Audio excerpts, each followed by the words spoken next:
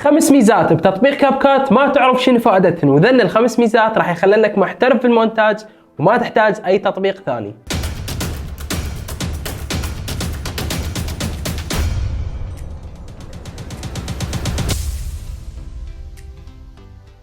هلا والله شباب، شلونكم؟ شو اخباركم؟ ان شاء الله تكونون بالف خير وصحه وعافيه. مشتاق لكم كلش هواي، وادري قاطع وياكم قطعه كلش طويله، بس اكيد انتم تدرون انه وراء كل هدوء عاصفه، وعاصفتنا اليوم كلش قويه. اذا انت اول مره تشوفني فانا اسمي انكيدو، اقدم لك كل شيء يخص التصوير والمونتاج والتصميم. فلايك لهذا الفيديو واشتراك بالقناه حتى لا يفوتك اي شيء نزله بهاي القناه. وفيديو اليوم راح نحكي عن 5 ميزات موجوده بتطبيق كاب كات انتم تشوفونها امامكم، بس ما تعرفون شنو فائدتها وما تعرفون تستخدمونها بالشكل الصحيح. اليوم راح اوضح لكم ذن ال5 مميزات اللي راح يخلنك حرفيا محترف بالمونتاج، وما راح تحتاج اي تطبيق ثاني حتى تصور داخل تطبيق كاب كات. وبنهاية هذا الفيديو عندي لكم خبرين كلش حلوات، وادري هواي منكم منتظرين هيك اخبار. والميزة الاولى هي لوك اون، وهاي الميزة راح تختصر عليك شغل نص ساعة او شغل حتى ساعة تختصر عليك بثواني. شغل هاي الميزة انه تتبع لك الشخص، سواء كان ايد الشخص او راس الشخص مثل ما جاي تشوفون هسه قدامكم. هاي الميزة راح تتبع لك رأس الشخص، وتبقى الكاميرا ثابتة على رأس الشخص أو إيد الشخص أو خصر الشخص. فخلونا نفتح الموبايل ونتعرف على هاي الميزة بالضبط. يا الله. وهسه بعد ما دخلت على التطبيق واختاريت الفيديو، اجي اضغط على الفيديو راح تطلع لي هاي الميزة لوك اون مثل ما جاي تشوفون قدامكم. هاي الميزة اضغط عليها. هنا يقول لك اختار، يا اما تريد يحدد الوجه، يا اما الجسم البادي، يا اما اليد. فاني اختار الوجه. ندوس ستارت، انتظر ثواني بين ما يكمل. هسه كملت عندنا الأداة. هنا نقدر نتحكم بالأداة. هاي الأداة راح تعطينا مثل ما تشوفون قدامكم، يعني شوية تصير اهتزازات بحركة الفيديو. فأنتم هاي الإعدادات أفضل شي تعرفونها نفس ما هنا قدامكم حاليا. ندوس صح. هسه شلون صار عندنا الفيديو، شوف شلون الكاميرا تتحرك ويا الرأس. طبعا أنا لأن ثابت بمكاني فالحركة قليلة. مثل ما جاي تشوفون قدامكم اكو اهتزازات بسيطة، تحس انه شخص لازم الكاميرا وجاي يصور. خلي واقعية وحيوية شوية بالفيديو، فحركة كلش حلوة.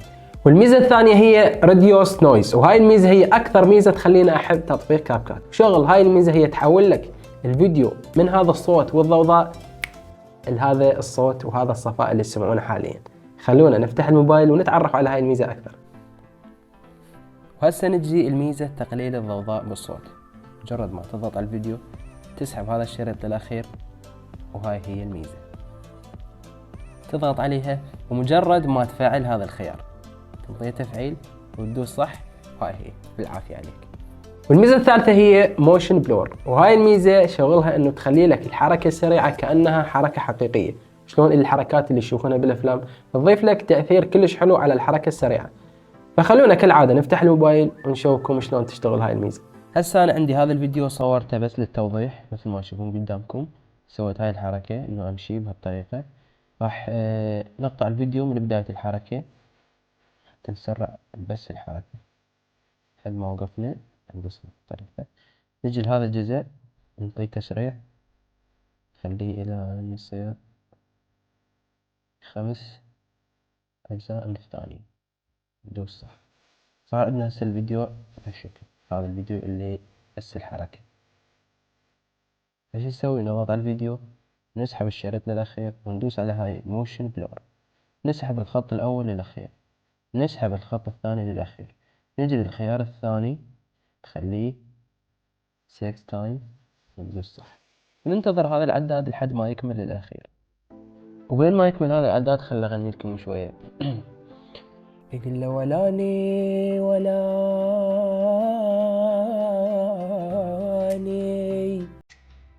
زمان واليتيم حنان، خايب ولاني ولاني لا هو بدين يطلبني،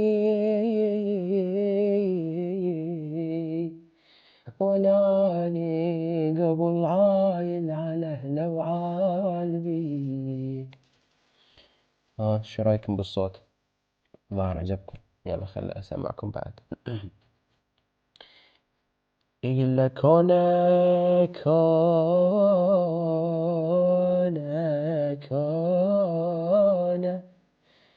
وحقي البلايا ب6 أيام،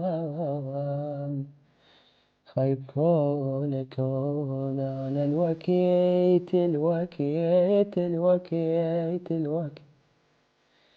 الوكيت كل ساعة لو وياي كون كون خيب أنا دمعي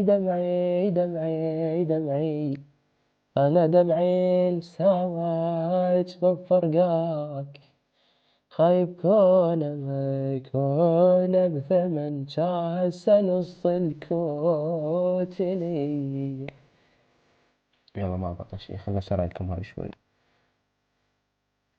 هسه اكتمل عندنا وصار الفيديو بهالطريقة مثل ما تشوفون قدامكم.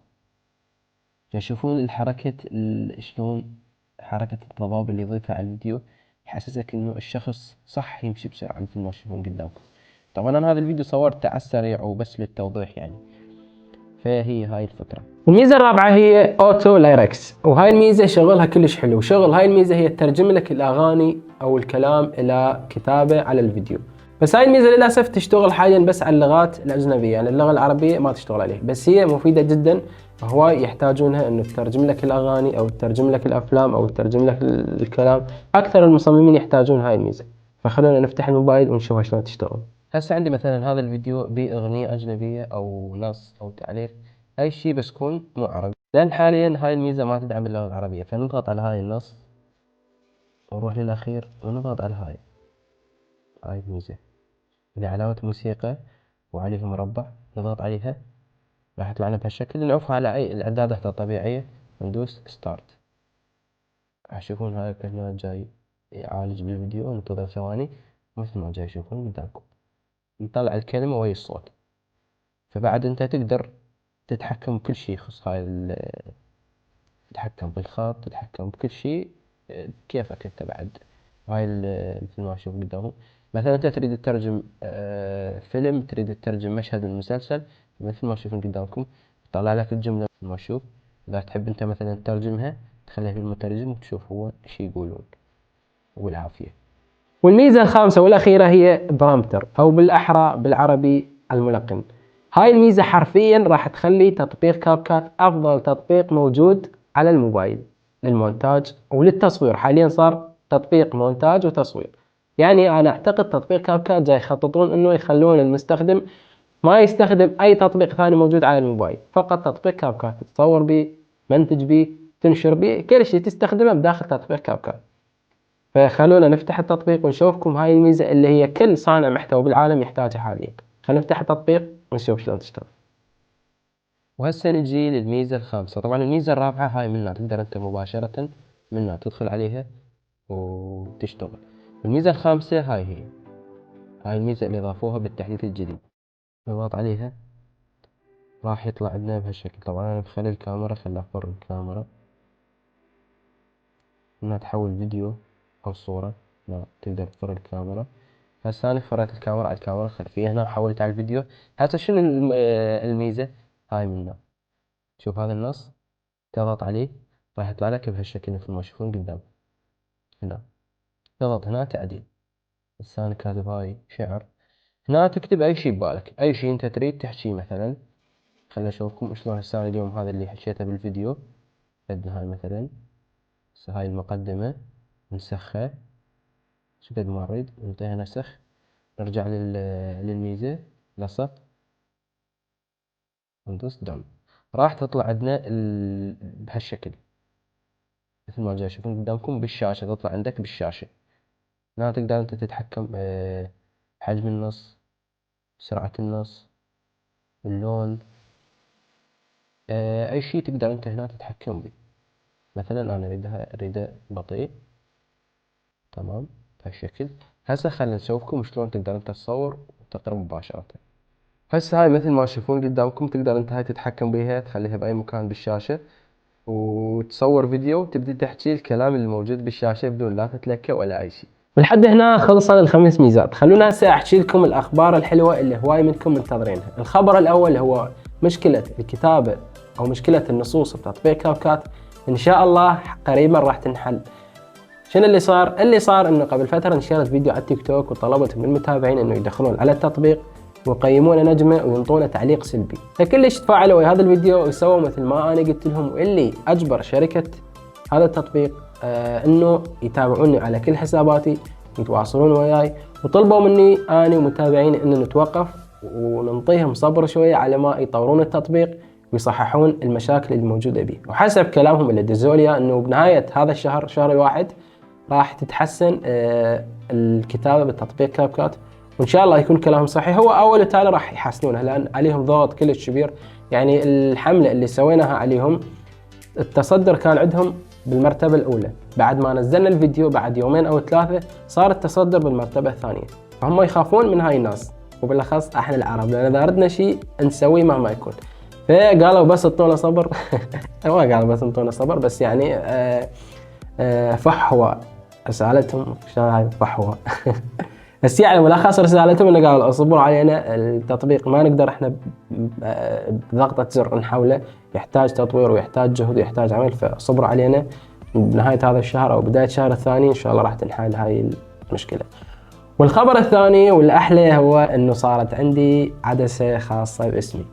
هاي العدسة تشتغل على الموبايل، وهاي العدسة مثل ما تشوفون قدامكم، وهاي العدسة متكونة من قطعتين. هاي القطعة اللي فوق اللي راح تنطيك عدسة واسعة، وهاي القطعة اللي تحت راح تنطيك تصوير مايكرو. اكيد تعرفون شنو شغل العدسة الواسعة وشنو شغل العدسة المايكرو.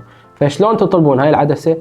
هذا البيج الانستغرام او راح اخلي الرابط مال البيج بالوصف، تدخلون عليه وتطلبون هاي العدسة. زين شنو ميزة هاي العدسة؟ ميزة هاي العدسة مو بس انت تشتريها وخلص ابيع لك اياها انا واخلص منك وخلاص، لا، هاي العدسة من راح تشتريها راح يجيك وياها باركود. هذا الباركود تسوي له سكان بالكاميرا راح يدخلك على دورة مال تصوير، دورة احترافية لكل اساسيات التصوير.